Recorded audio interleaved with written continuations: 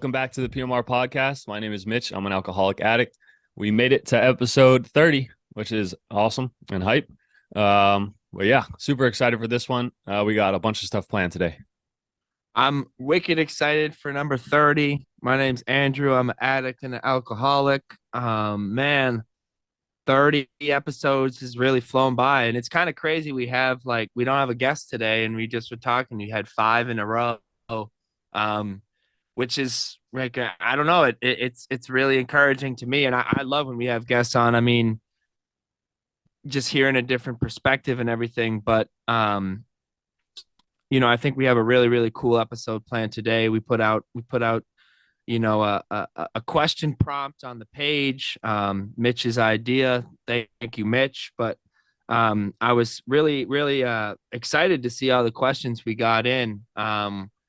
About recovery, about life, about life as an addict, about family stuff. It's really a lot of really cool questions. So thank you to everyone who provided them. And yeah, man, I think we should just hop right in. Yes, sir. We got a So lot to hit. yeah, I know the first question we got um after Mitch posted this on the page is craziest story or war story from our using days. Mitch, I'm gonna let you take this one. Yeah. Yeah, so that's a good question. And we were just talking about it, and we're gonna try to do semi-abbreviated answers because sometimes we can be long-winded. But for this one, just real quick, we were just talking, thinking, on this page, we're not trying to glorify or reminisce too much on what it was like when we were using. You hear a lot in meetings where it's like uh, called qualifying if it's a speaker meeting where someone will give a quick summary of like how it was and then quickly move on because it's really not important. It's dangerous to reminisce about that stuff. And so for this question, appreciate you sending the question in, whoever it was, but we just want to I don't think that that's something for us that we want to necessarily highlight. Obviously there's a lot of stuff that happened, but we're more focused on getting into recovery and working a good program after that. So that's really all there is to it. Yeah. And for me, Um, like I'm like, and just like to add real quick, for me, I don't know about you, Mitch, but for me, dude, it's like a slippery slope. yep. If I start like reminiscing, it becomes like romanticizing and then Yep. glorifying and then it's a craving and oh, it wasn't that bad and the times were so good. Like the war stories and I'm guilty of delving into them. Like I'm not a saint. Like I've gone definitely down that road, and I'm not perfect, but living in that memory isn't healthy for my recovery. It's just not. 100%. I agree with you. Um, Moving on to number two for you, Andrew. What is one thing you could improve on today? Not necessarily addiction related, but a self-improvement type question. Yeah, this is a really, really good question. I love the little qualifier at the end, not necessarily addiction related, because I think my whole, like the last year and 11 months for me has been, very, very addiction focused. Like, I don't know, like it, and you can comment on that too. But like, I almost get caught up, like almost everything is related to my addiction in these first couple years of recovery for Yeah. me. You know, so thinking just on a self improvement basis and not really even relating it to my recovery is difficult. Um, but I think my recovery has revealed to me a lot of like it, like in you know it because I've talked to you a lot about it, man. Like my defects, and my defects of character extend beyond recovery and addiction. Like it's just me. Like it's the things that I do, and that I've kind of used, as a defense mechanism that really just like remove me from being my authentic self, from being who I really am, and just like from being a good human being. Yeah. Um, one of those things I guess like is top of mind right now for me that's been rearing its kind of ugly head lately, is patience. Like I don't have any patience. And I practice meditation and I do breath work and blah blah blah blah blah down the line. Like it looks good on paper. Um, and even like teaching it at Heron or teaching it what like at a yoga studio or whatever, like it's um I'm walking the talk, but sometimes in my own private life, like with work or with family affairs or with friends or just like or even just fucking sitting in traffic, like I don't have patience. Like I get angry, I get fed up. Um, and it's not addiction related, but everything ties back to addiction, right? So my for me at least right now. And so patience for me is when I become impatient, I get uncomfortable, and anytime I'm uncomfortable, it's a place where my brain can create a craving to like relieve that uncomfortability. Um, so working on just being patient and knowing like I'm not the center of the universe and that some things aren't going to go like 100% smoothly for me, and that's okay. Like that's something I got to work on, man. How about you? I love that. And I agree. Patience is one for me as well. Another one for me, I think, not necessarily addiction related. Mm, I was gonna say like kind of I've been catching myself a little bit like future tripping about what's the next thing for me. Whether it's like at my uh uh coach like I coach a high school team, am I gonna do that next year? Working at the treatment center I work at. I'm looking at like what's the next promotion I can get and what's the next part of that. And then I'm looking at like grad school and where do I want to do that? How can I do that then? And I'm thinking about all this while I'm like at work at one of those jobs, So then I'm not at work because I'm thinking about getting promoted, when I'm not even, or I'm thinking about whatever. Um, and so I've been trying to slow back down and understand that I was talking to Steve-O, shout out Steve-O, a couple of days ago, and he was like, "Bro, like 6 months ago, you didn't have the coaching, you didn't have the treatment center, you didn't have all that. Like let's try to sit in where you're at now and fully, be grateful for that and put your head down and work like how you have been, and that will come. Like all the stuff that you're tripping about will come. So trying to call myself back to the present. I know it's like." One of the questions on here is like, do you have a mantra? That's probably it, is like trying to stay present. So that's one thing I'm gonna continue to work on.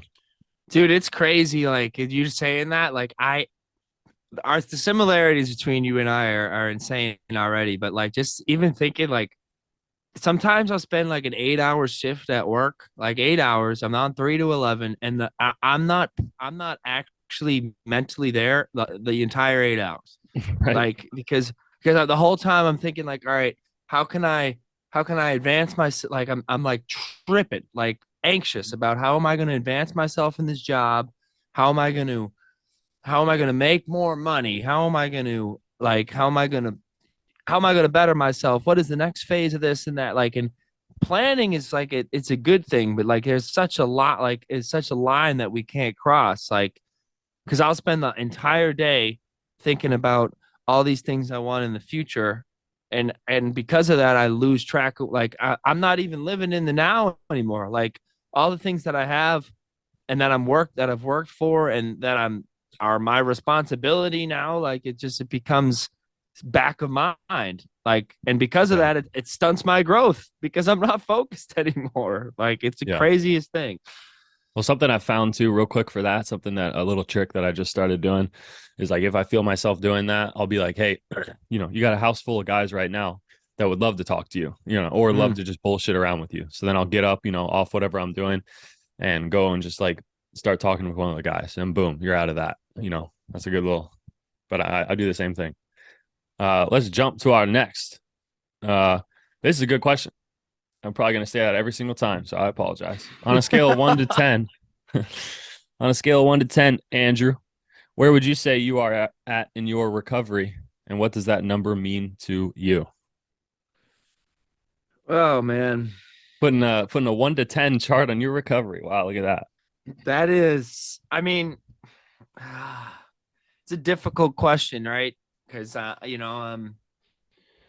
in terms of like where that's a numbers game, because in AA now we got steps and they're 1 to 12 and I'm on step 6. Like, Congratulations, by the way.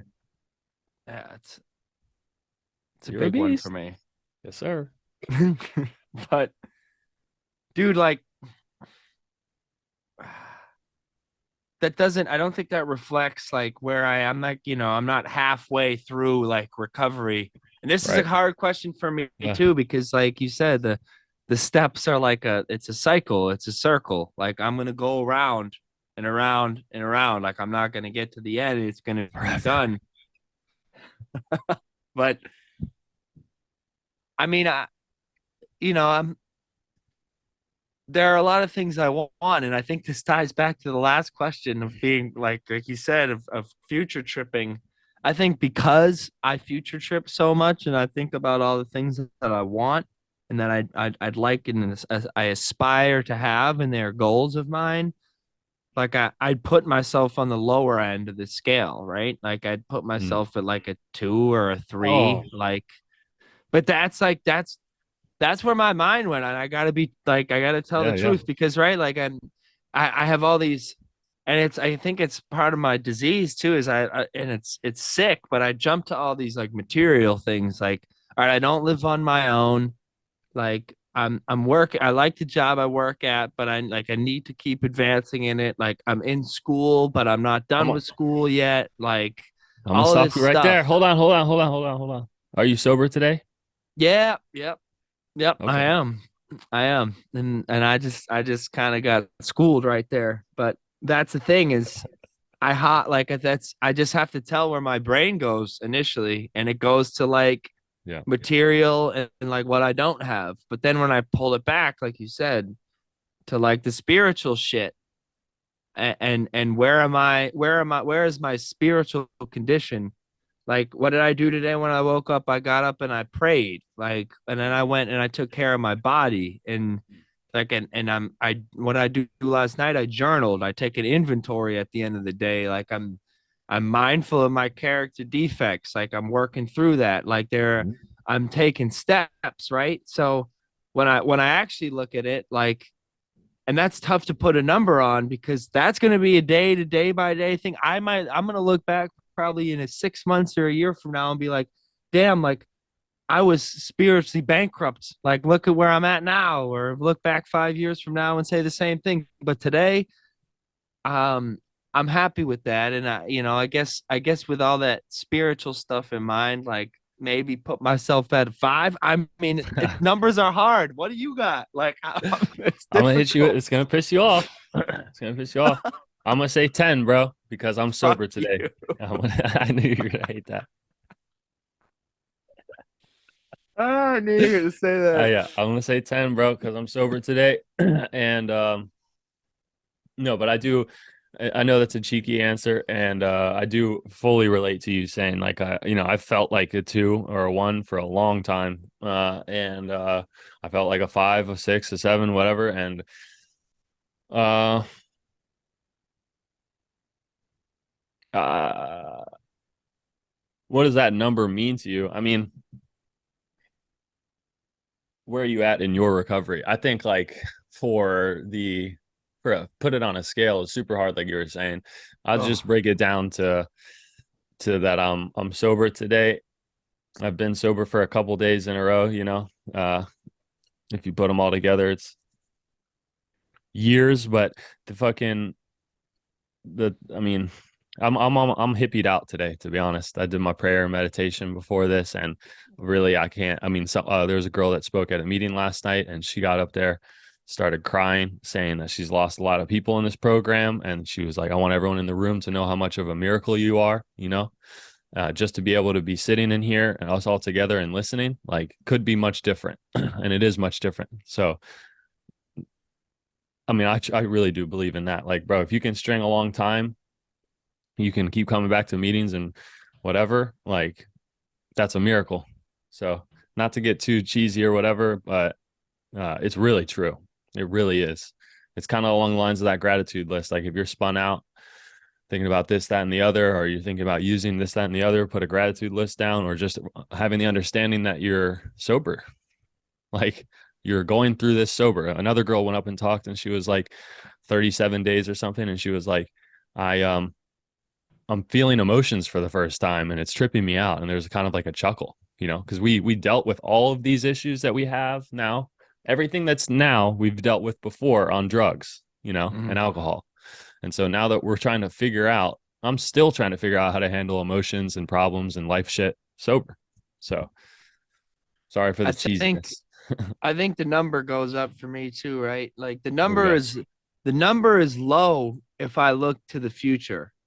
Yep. Like I'm like, I'm not where I want to be, and I need to do all this growth and everything else. Like, but the number gets higher when I don't like dwell on the past, but when I just like I look and I say, okay, look at progress. Mm-hmm. Like, and quite honestly, like, it is a miracle that you and It I are is. both doing that. Like, I'm a drug addict. Like, I'm a junkie. Like, I don't, for all intents and purposes, I shouldn't even be here. Yep. And I guess that you did maybe just give me a little bit of a little schooling there because you know what I saying I'm a two, like, what the hell is that going to do for my self-esteem? Like, nothing. Yep. Like, and knowing that I have like stuff to improve on is good, but like, where am I in my recovery today? Like, maybe I'm damn near 10 because I'm sober. Yes, Like, and sir. I don't have a craving, and I really don't think, with the help of my higher power, that I'm going to drink or use a drug today. So Yes, sir. I think I needed that. I got you, bro. I All got you. right. What? Number 4. It's a good question, huh, Mitch? Good question here. um, what are your triggers? mm, Oh boy, this could be an hour-long episode in and yeah, of right, itself. right here on one question. What are your triggers? Triggers was a big thing when I was in treatment. We had these like trigger worksheets. Write down like what you think your triggers are, and then you'd go and talk with your counselor individually about it. I think my triggers have changed and will probably continue to change. When I was in treatment, I had family members that were big triggers for me. Mhm. A lot of the things with the triggers, to be honest, can be exercised through the steps. Because a lot of that trigger shit is holding on to, placing a feeling, emotion, or a resentment on an object or a person or an environment. So, for example, uh, a gas station, a certain person, um, a certain phrase that someone says, Mhm. environments. And so those things have a lot of power to us early in recovery. So I think triggers is really an early recovery pre-step kind of thing where I still have triggers, don't get it twisted, but it's more um plentiful when you're new. And I think I might some yeah, so I think once you work your steps and work through these and kind of talk about them, they lose a little bit of the volition that they had initially. But I'd say some of my triggers today, I can't go to the bars for too long. I can go out to like party stuff for a little bit, with friends and stuff. I'd say I got like a good 2 hours on me, to a bar before I can get a little wiry. Mhm. Um, I think some other triggers being around people smoking weed for an extended amount of time, especially like friends. I can be in an environment for a little bit, but I think, I had a weekend where I was with some of my boys for like 4 days in a row. And by the fourth day, they're kind of smoking for a good amount of it. And by the fourth day, I was like, if they're all asleep, maybe I could hit that dab pen. And I was like, Mhm. it's time to go. That's just full truth, bro. That's like when I was at 5 years, something sober. So trying to be aware of those environments and stuff like that. Um, and I have a lot of coping mechanisms and skills on my tool belt tools on my tool belt at this point. So if I get to a triggered point or I see one or whatever, I have the phrase avoid avoidable circumstances. I have, my sponsor to call. I can always leave. That was a big one. But my biggest thing for triggers was the first time I had a craving or the first time I felt triggered, I would leave wherever I was. leave and like lock myself in my room. And that shit kept me sober for high key 3 years. So that's that on that. I think there are a couple big points you brought up, right? Like number one, and it's funny, like it's cool because you and I are in different stages of this, right? Like I'm still in a stage, right, where like people, places, and things are triggers for me. Like external stuff is a Yeah. trigger for me. Like family, and not like, and it's not like in a malicious way, like because I know some of my family is listening to this, so please Yeah. don't be Yeah. mad at me. But like, Yeah. it's not malicious, but the way it is like I used around certain people, like me. I exhibited behaviors around family members or friends that like, seeing or interacting or spending extended periods of time with them like brings back those feelings or those memories, and then like you said, those cravings and those thoughts. So that's something that I've had to work through, is definitely like the people thing. um like you said, like I can't spend a lot of time. I mean, I don't go to a bar if I don't have to. Like, Right. I don't go to a bar, I don't go to a club. Like, I was never a club or a bar guy anyway. The drugs I was taking were like downer. Like Lumpy. I didn't want anything to do with a social scene really of any kind. Like, Yeah. um so I don't really have a lot of reason to go to those places. I will because sometimes my friends will be there, or even like a sober outing, like fellowship with young people, like to go to a club and dance. But there's a period of time, like a point of time, and like you said, like the 2 hour thing, like there's a switch, and I know this switch, like Yep. where it goes from like I'm having a good time and like it's kind of fun. I got my Coke with a lime and everything's cool, and then like it's a switch, and then everybody there is like spitting in your face and like talking, like telling the same story 16 times, and they're falling over, and then the Uh-huh. floor gets a little sticky, and it's like, all right, I got to get the hell out of here. Yeah. Like, Yeah. and so that's definitely like a knowing my limit type of thing. And it's the same thing as you said, like when any trigger or craving starts to pop up, like I need to change my physical space. Like I need to remove myself from that space, go somewhere else. Another, like, right now, like the things like that I'm kind of like, and it's funny, like I don't know if this happened. Did you ever have like songs and music that like those are a big, those were, and then it's not really as powerful anymore, but especially like my first year, like those were really trigger for me. Like I couldn't listen to certain songs, albums, like Goldie by ASAP Rocky was my like smoking song yeah. with my So boys. so it's like it's funny, and some of a lot of power has been taken away from it just because Yeah. I almost like force myself to listen to stuff again so I could almost like make a new association with it, because I like music. Like I don't want to lose half the shit I listen to because it, Right. like I did it when I was using. So that's an interesting one for me. I guess now, like the biggest thing that has kind of popped up, it's like a kind of an evolution of like what my triggers are, but now it's like internal stuff, like feelings. You know what I mean? Like when Yeah. feelings pop up, um, and I don't know how to like articulate this. Maybe you can help me. Like, but like when I have like a an ex girlfriend or a this or like whatever it is, like that's just straight up the truth. Like Mhm. Yep. those will be that'll be a trigger for me. Like I'm glad you brought that up. like it, and and it's, again, it's nothing they did really. Like it's my, like my heart or my brain goes to this place emotionally, and I'm like, shit, like it's uncomfortable, and that makes me want to get high. Yeah. Yeah. No, the feelings thing for sure. And I was gonna say to that, if I'm hungry, tired, or what's the other one? Lonely, hungry, angry, lonely, tired. Yeah, if I'm one of those and I'm not and I haven't gone to a meeting or something like that, that's when the trigger that makes me trigger a bull, you know. But Mm. if I'm working my program, talking, reading of service, going to meetings, all that good stuff that keeps me alive, I'm less triggerable. All right. What's the next one? What is the difference between helping and enabling? I love this. I fucking see this every day. Every Tell me day. about it. Tell me about it. Every day. All right, so I'm passionate about this one, especially when it comes to family relations with addicts, uh, helping and enabling. So it gets real blurry when you have like a loved one or something like that that's in addiction. Now I've had like talk with people.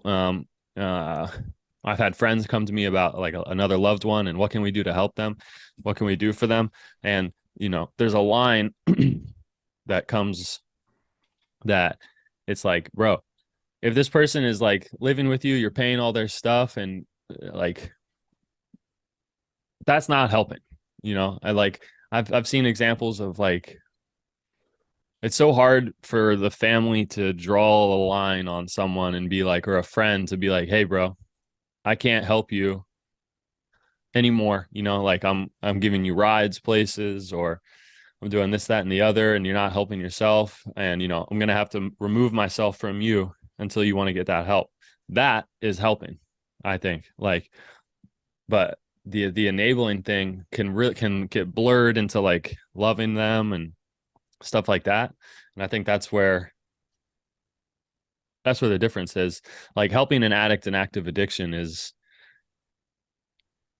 you can help them up to an extent in terms of enabling them, like giving them this, that, and the other. But I mean, we're a manipulative group of people. And so if I think I can get something out of you, even on the Greg podcast when I was talking, like I was I was trying to buy time and time and time after every time I got in trouble, it was like, oh, I had a hard this and I need one more shot and I need Mm, and Greg probably thought he was helping me, by cutting me a break each time, but that was enabling. Like, mm-hmm. and the thing that helped me was getting kicked off the team and almost kicked out of school. That's what Right. helped me. All the other stuff before that, I was just skating by. I think you bring up, I think that the example with Greg is really important. Um, like you said, like for a lot of us, and I'm speaking for myself, and I guess kind of speaking for you because you seem to have the same experience, but at least for me, like I wasn't really helped um until I like it's funny, it's sick, but like I didn't really get the help that I needed from people until I thought that they were wronging me. Like an act, you know what I mean? Like Yeah, an yeah, active, yeah, yeah. I'm like this person is fucking me over. Like, Mm-hmm. but They don't that love was me. the They don't most care about me. helpful thing. Like, when I got fired from a job, like, and I know they listen, so hi guys. But my former bosses in Nantucket, at a a place called Bartlett's Farm. They were wonderful. They were wonderful people, and I knew that. And like, I, in a sober mindset, I would have been probably a pretty good employee there. Who knows? I don't know. But I was not a good employee because I was on drugs the whole time. Um, and when I got kicked out of my house that I was living at, and I asked to be moved into their employee housing, and then they kind of called me in the office, and they were like, listen, we've heard like there's stories and people are concerned about you. And I'm sitting there the whole time. I'm like, those rats, like they ratted on me. I Like, love that. and then they're like, I'll see. Also, like, we called your parents, and your parents are coming today. And I'm like, are you out of your fucking mind? Like, you're calling, like, you went over my, like, where do you get off? Like, what gives you the right? And then they're like, also, you don't work here anymore. Like, you need help. So we have to let you go. Like, you need to get help. And I was like, what? Like, you're firing me too? Like, I've been wronged here. Yep. And, um, and that was the most helpful thing that ever could happen. And my parents like kind of stuffing me in the car and then on the ferry and bringing me home from that island and pretty much saying like, you got to get help. Like that's it. That's the only choice. Like there's no other choice. Like unless you like run away and leave and whatever. Like we don't. We got that's it. Like this is, and I was like, wow, like this is, I'm sitting there, I'm thinking again, I'm thinking I'm getting wronged, and I'm nobody's listening to me, and I'm imprisoned, and blah blah blah. And again, it was the most helpful thing that ever could have happened to me. And um, working in, working in recovery, and you see this too because you have a similar job to me. Like um, people have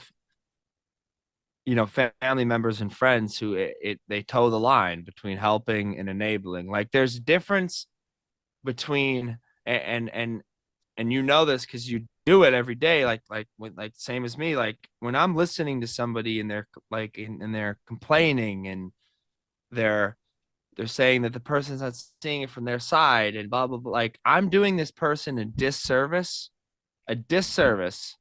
if I don't point out like what I see objectively as like them being manipulative or incorrect or just like living in the post, you know, early sobriety fog of only seeing things from their way. So I don't know, like helping and it's difficult. I think helping like truly helping an addict in get sober and helping an addict in recovery, a lot of the times it's like that phrase of like I'm gonna have to love you from afar, Yep. like because I cannot be close to you anymore. And that happened to me a few times, and now I see how like that was a communication tactic of like I love you, but I cannot be with you because you're a person that is extremely unhealthy and that needs help. And if I can't get you to get help, then I have to remove myself like for my own safety.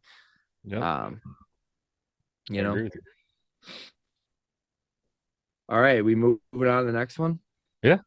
Number All right. 6. We gotta start doing speed dating here. I know. I'm long-winded. Who is someone that has been the most supportive about your recovery? Could be yourself, even. I love that little parentheses because that just feeds my ego. I love it. Yeah, for real. Who is someone that's been the most supportive?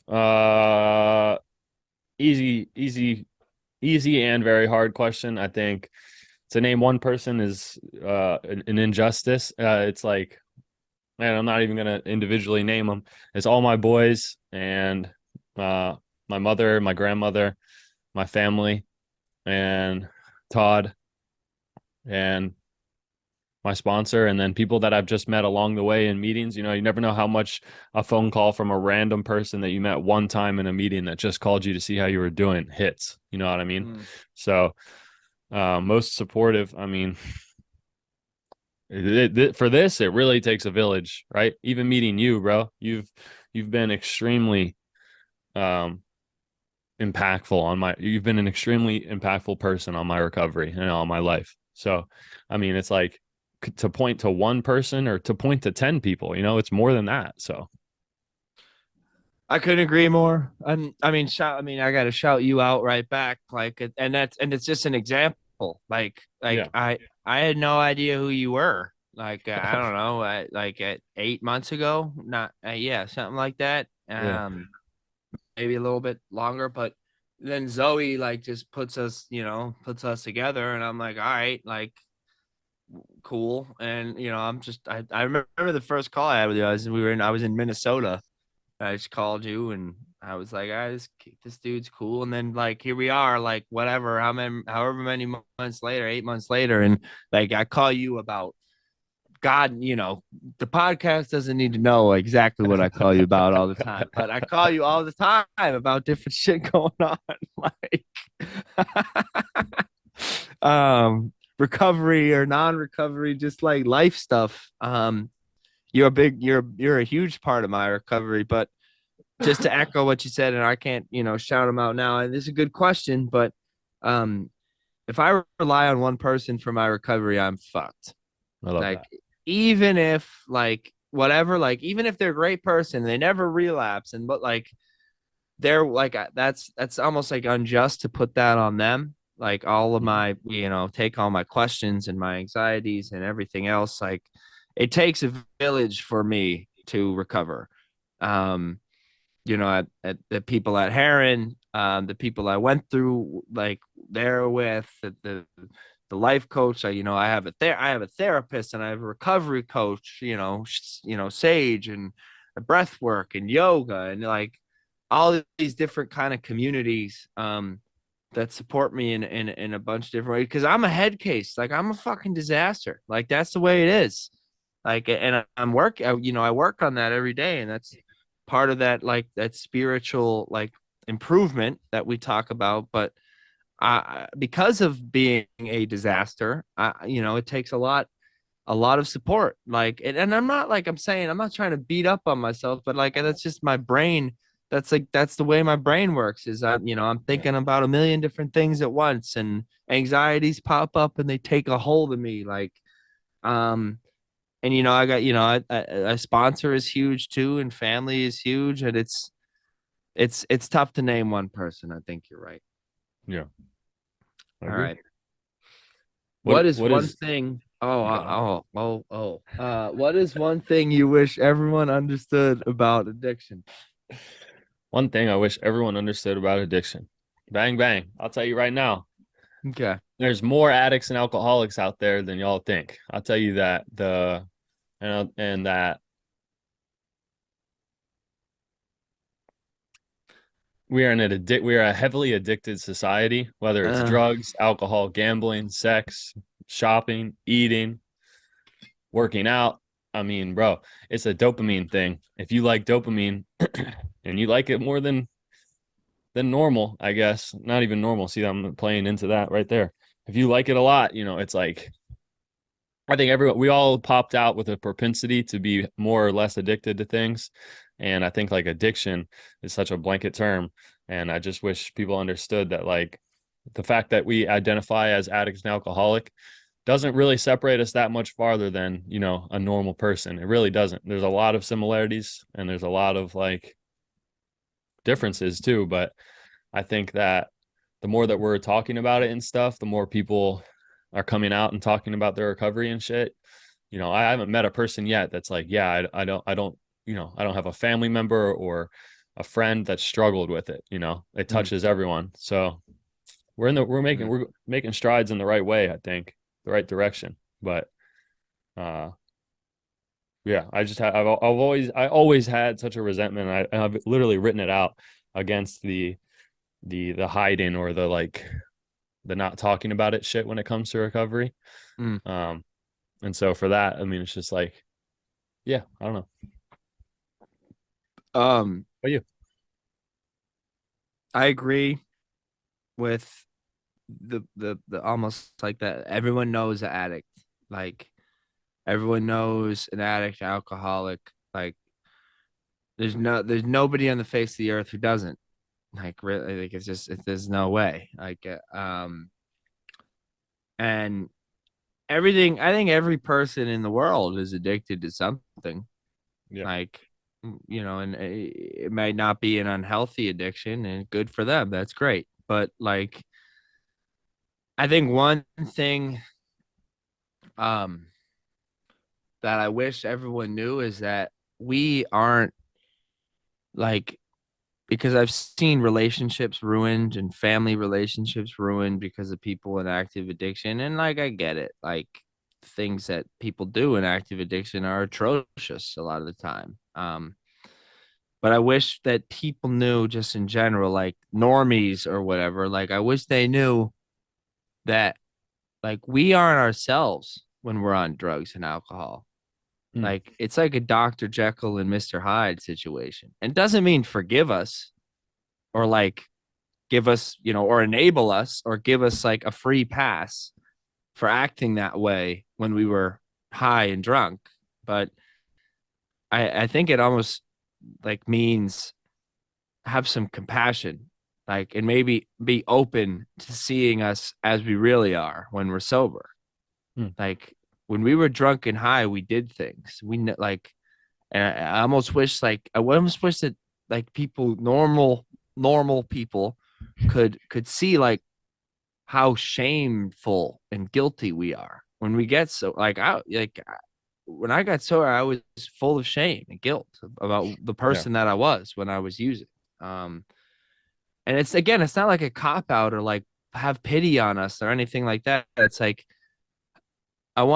just understand a little bit. Like we we're different people when we're sober. Like, and we're not perfect, but we don't do the same things. We don't treat people the same. Um, and I think that's important to know, like to heal relationships. You know what I mean? I agree with But that. Yeah. all right, What's your you got What's the your next one. mantra? Yes, This sir. is this is Number 8. hard. I'm Do you not. have a I'm not. mantra? You already have a mantra. Like you I have do. it. You built this whole page. Like fucking a man. But I don't. What's your mantra? I don't have like. I've been thinking about this question the whole episode because I saw it at the bottom of the page, and I'm like, what the hell am I going to say for this? And I don't really have an answer. I've read a decent number of like spiritual books or whatever. Like I'm into Taoism. I like Buddhism. I'm reading some Hindu stuff now. Like I like exploring spirituality, but there's one thing that I've taken from like the Tao, the Tao Te Ching, like which is the book of Tao. It's Lao Tzu. It's all about like it's like anti-Confucianism. So it's like all about just flowing with the natural order and simplifying and there's like a recurring image in it of like a river and that like energy and life and we are like just we're a river like and when we swim upstream like when we swim upstream it's difficult and we often get nowhere and then we tire ourselves out and we drown. um and so it's almost like when I get all jammed up, I almost like return to this image of like a river and something that it's been said in that book and by other like scholars of it is just like flow Mhm. with the river. I like that.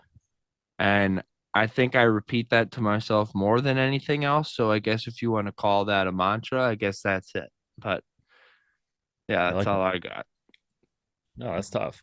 I've had this reminder set on my phone for a long fucking time. I don't even know how many years now, and I don't even really even see it because it's been there for so long. But it's like a 24-hour reminder, and it just says present moment period, recovery first period, and that's it. That's my mantra. I have that shit. It's always on my phone, no matter. I never cancel out of it. It's always at the top. Shout out Melissa. That's my mantra right there. Shout out Melissa. She helped foster that big time. Name the page. You name the page. I think it's a beautiful. I mean, present moment. Like that's. I like meditation, and I try to meditate actively. And it's funny. It's like that's what all meditation is. That's all it is. Yeah, Is that's true. that can we live in the present moment? Can you act? Can you acknowledge that you're in breathing and out breathing, and can you acknowledge where your thoughts are in this moment? Like it's that's all it is. Like I think present moment, like not only in recovery, but just in so many things. It's like you said about future tripping, man. Hmm. Like, because we're not living the present moment. That's a really Yeah, powerful mantra. It's a good yeah. mantra. My first tattoo, got the present moment tattooed on me, so it was stuck after that. All right. We're in an arms race for tattoos. I know. How many do you have? 5. Okay, I'm at 4, so chill out for a second. Yeah. I gotta catch up to you. Are we All gonna right. go? Are we doing 10? Or are we What doing is 9? your we could do 9 real quick and just say the 9 is what is one thing you wish your family had done differently during your active use and recovery? And I don't know about you, but it happened as it happened, how it happened, and as it should have happened, and it was perfect. Yep. I can't really say anything else. It happened. If it had happened differently, I might be dead. Or if it Right. happened differently, maybe I'd be sober a couple months earlier. But it didn't, Right. and it's fine because I'm sober now. Yeah. And for people listening, if you hear that and like, oh, that's corny, no, we really mean that shit for Yeah. real. That's just the perspective we have on that. All right, 10, I'm gonna ask you, what are the different approaches, philosophies, Oh boy. approaches? This is a good one because I think you work more different programs than me. I pretty much just do AA, but what are the different approaches slash philosophies of each of the recovery programs? AA, NA, Smart Recovery, etc. All right. Well, I'm gonna just be real quick with this. I'm gonna leave you AA because you know a lot. I mean, you know a lot more about AA than I do. I mean, that's my primary mode of recovery. But um, you're a knowledge. I sometimes I just sit and listen to you talk about meetings and your program, and I'm like, damn, bro, like I don't really know shit about this program. But um, Neither do I.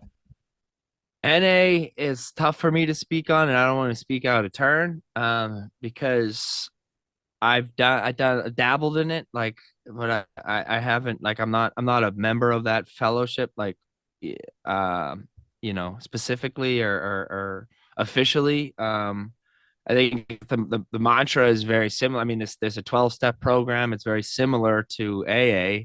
The only difference is, I think it was formed so that narcotics users, drug addicts, like specifically, could have a place maybe for them to be kind of grouped together in a community that could identify with each other a little bit more about, like, hey, yeah, my drugs of choice was not really alcohol, it was narcotics or opiates or what it was drugs.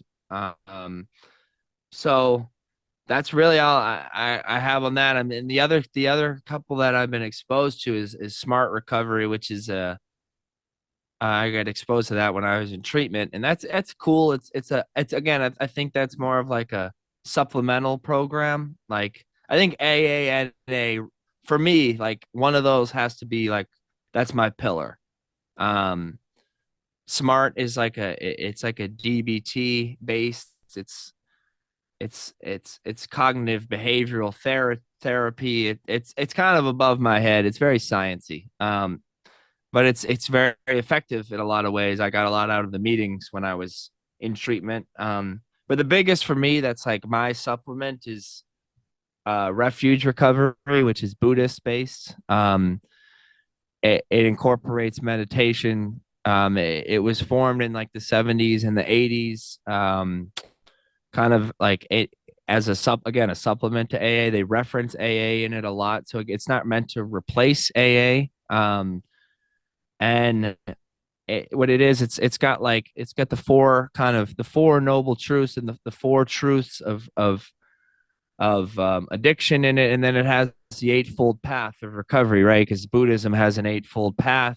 It's kind of similar to the Ten Commandments, very similar um, to the 12 steps. I mean, the 12, if you look at the history of AA, the 12 steps takes a decent portion of its philosophy in the actual steps from Buddhists Yeah. eightfold path. It kind of starts with the tenet that life is suffering, and that's and it kind of rewords it in refuge as addiction is suffering, and kind of just goes from there. It has similar inventories. It has a book similar to AA. It's got its tenets and then stories, and I was drawn to it because it dives a lot deeper into meditation and mindfulness. For me, that's been a big help in keeping me from becoming hungry, angry, lonely, and tired. Um, and yeah, that's really what I got. But I'll let you take AA. Word. Yeah. So similarly to you, I mean, I dabbled in NA for a little bit and just ended up for whatever reason gravitating more towards AA. I think AA for me was perfect, but I tried, NA, and then have I gone to any? Well, I don't think I've gone to any other ones. I don't think I've done Smart or Refuge. I haven't tried them yet. But I definitely want to check it out. And to that point, it's like, bro, if you're interested in the differences, go find out. I Mm-hmm. know that's kind of like I don't mean that by like in a passive aggressive way, but in an honest way. I mean, first of all of AA and NA's literature is online, all of it, every single thing. The books are out there, and like all that stuff, it's all online, it's all out there.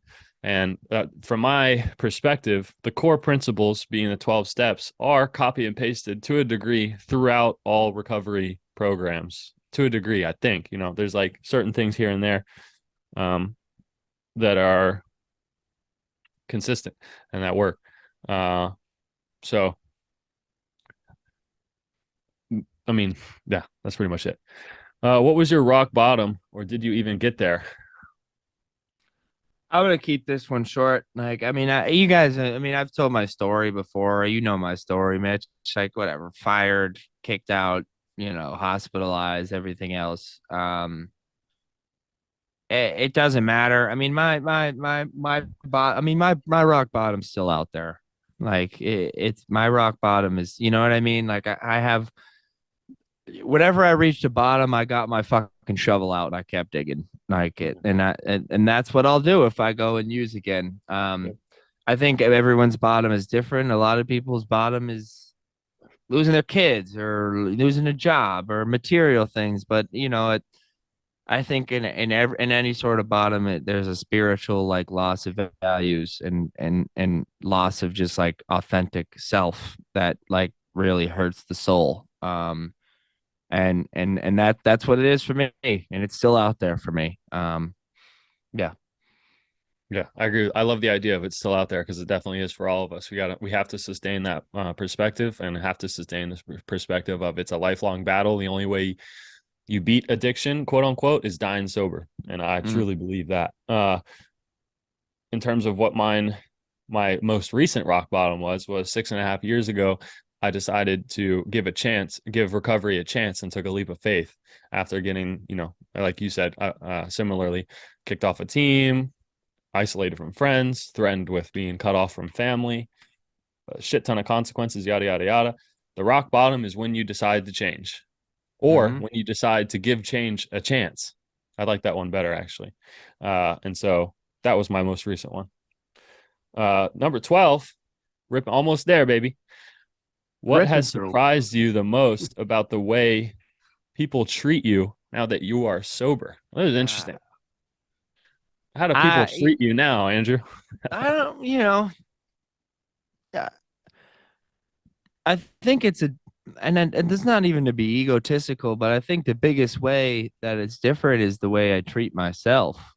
Mm. Like I I hated myself using, and we've seen even in this fucking episode, like I still have trouble liking myself. I mean, I gave myself a goddamn 2 in my recovery ratings. Like, Let it go. but um, but I don't hate myself anymore. And that comes off again, like, and that comes to the surface externally, like where it's not like I demand respect in my ego, like it, but I'm a res- I'm a responsible and respectful member of society today.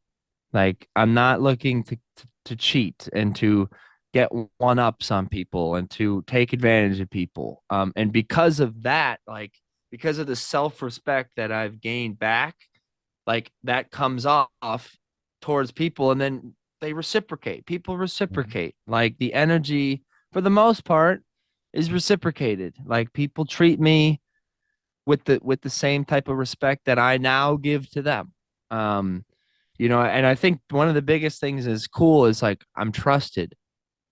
Like I'm trusted by family. Like they don't question me. If I'm out late with like friends, like they don't say where you been or where did you know that I'm allowed like at family functions, people like they look me in the eye and they shake my hand and they don't look me up and down and say, "Oh, you're gray and shaky." Like it's just I'm treated with respect, and I wasn't ever like treated disrespectfully, but I'm treated with the same respect that I now can give to myself, and that's a Mm. cool thing. Yeah, I think you said that perfect. I was piggyback real quick. It's just that, like, yeah, now I can have a genuine interaction or relationship with anyone, Mm. like anyone. Like I can look people in the eye. I can talk to you. I'm genuinely interested, in how your day's going. It's not just like, hey, what's up? Tell me if it's good or bad, whatever. And you get back what you give out Right. in a lot of cases. So now I can give out a lot more than I ever could before. That's for sure. And that means that I generally get a lot more back than I ever got before, Mm. which is fucking sick. Um, All right. What fuels you to keep going when things get tough? And this is uh, like, yeah, and in recovery, your toughest days in recovery, how do you get through them? mm,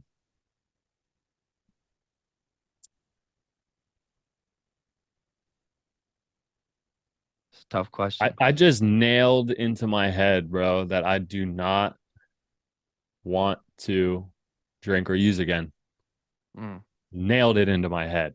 Like, you know my story. I stayed sober for a long time with that metaphorical gun to the back of my head with no program. And it was a mental hell. So, what fuels you to keep going when things get tough? I feel like uh and I've grown to see like how much my higher power was helping me even when I wasn't even aware of it, or like, you know, in conversation with my higher power. I feel like I talked to one of the dudes at the rehab. I'll use his example. He has this armor, that he's been feels like he's been putting or like putting on, in terms of like through prayer and meditation and being in recovery and stuff like that. Like what gets me through when things are tough, picking up the phone and calling someone, and understanding that that is very much how life goes. It's like mm, a very things being tough is very much a part of life, and things being fucking amazing is very much part of life, and things being boring right in the middle is part of yep. life. So Yep. as long as I'm aware of like that's, right now I feel great, bro. I mean, I love my jobs. I love where I'm at in my recovery. I love my relationship with friends, family, and stuff like that. And then I'll have, things that happen throughout the day or week that make it harder, whatever. Mm, But uh I fully understand that at some point things are going to be tough again.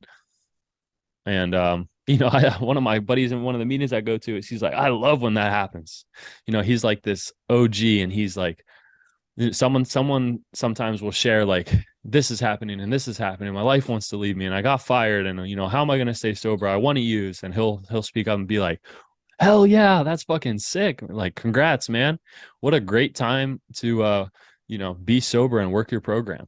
He's like a big advocate of like the tough times are probably the best times for growth mm, in your recovery. And I was like, first time he said that, I was like, that guy's crazy. And now he mm. says it, and I just laugh because I'm like, he's a, he's right. Yeah, I mean, I'll just be real quick. Like, I think remember, like my toughest days in recovery are nothing compared to my toughest days in active use. Facts. Good Like, shit. it's just that's and I'm not, supposed to compare in this program. Like, I get it. Like, but I got to compare those two when because things get tough. Like, things do get tough in recovery. I've seen, people lose things and relationships end and people die and pass on. Like, things happen. Like, but like you said, it's almost like I got tools and a tool belt, and that's why I work my program. I don't work my program for when things are good. Mm-hmm. I work my program for when things are bad. Like, Mm-hmm. because that's when, like you said, that's when the growth comes, and that's when I'm using my tools. Like, Right. and that's what they're for. And things aren't like fucking rainbows and unicorns when you get sober. Like, at least for me. And the tough times or the toughest days or whatever, they seem to come around a good amount, like in early recovery, whether it be internal or external stuff. But like, that's why it's important for me to have those, like, to have those tools. Like, and a lot of it is like you said, like, I got to get out of myself. Like, I got to get when I'm dug in, and a lot of times the toughest days are like, it's all internal, man. Like, it's all going on in my head. Yeah. Like, and I need to just call someone. Like, Yeah. I need to talk to someone, and that gets me out of my head. Like, just does. All right, we on But the last one? two more. Two more? Yeah. Yeah. Well, That you. that question's pretty much the same as the last one. Oh, good point. Yeah. So one more. Yeah. Well, so since we only have one more, I'll add to that real quick. Is that I work a good program, and I try to go to all of my meetings, and I try to be of service, and I try to pray and meditate so that those tough times come around a lot less. If I don't Mm, fucking work a program, and I don't fucking go to my meetings, and I don't reach out, and I isolate, and I take my will back, and Mitch knows best, those tough times are coming, and they're coming a lot. I yep. promise you. Yep. Yeah. So I completely agree with you too on that. I love when people say, my toughest times in recovery were nothing compared to my toughest times in addiction, because that's fucking facts. Mm. All right, last question, baby. We made it. We made it. We made it. Have you let go of friendships because of sobriety, and how has that felt? I'm gonna keep it short and sweet, man. Like, yes, I have. And it's not because I have ill will towards others. It's because I grow and I change in recovery. I'm not the same person I brought into the halls. Like, I'm not. Um, and that's no ill will towards anyone else. But like, when you start moving different, like it becomes, it's not like this person's gonna be toxic or whatever, but it's just like for me, it's best if I'm not, interacting with somebody because it could cause me to do something that's bad for myself. Like Mm-hmm. I have to be selfish in early recovery, not like selfish in terms of like be an asshole. Like, but I need to protect that shit. Um, and how's it feel? It sucks. I grieve. Like it's trauma. Like it's losing someone. Yeah. Um, especially when it's like a cognitive decision on my on my part. It does. If there's some guilt involved, like it's not easy. It's tough, but it's necessary. You know what I mean? It's necessary. Yeah. No, I definitely necessary. And two things to that is that when I was in rehab, I remember I went through with my counselor, we deleted numbers, and I didn't want to do it. I avoided that session that we had for a little bit, and deleted numbers, deleted photos, deleted videos. And then when I got out, arguably my best friend, my like closest friend or best friend going into rehab, I never really talked to ever again after getting sober. Mm, I mean, he was like the person I was with the most. You could call him my best friend at the time. He and we were on at school together and shit. We met in college. Never talked to him really again. I probably talked to him 3 times, 4 times since getting sober in the last 6 years, and all very short, surface level, more or less conversations. So yes, I did have to let go of friendships and it, like Andrew said, I grieved for that, and that sucked. And a lot of my friends from Maryland that I grew up with and were like my using friends really haven't really talked to them either. And it's mm. not like it's not like I'm not open to it.